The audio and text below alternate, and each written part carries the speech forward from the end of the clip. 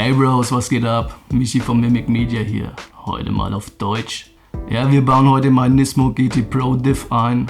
Zusammen mit dem Tomei 3.9 Final Drive, Z1 High Cover Seat Cover, Z1 PU-Buchsen, Nismo Öl, all die guten Sachen. Der Umbau wurde durchgeführt von Seifert Performance. Grüße gehen raus an Bernd. Von ihnen habe ich auch das Diff aus seinen alten Track Z. Also wenn ihr mal eine Werkstatt in Süddeutschland braucht, schaut bei ihnen vorbei. Er kennt den Z in- und auswendig. Da sitzt jeder Handgriff.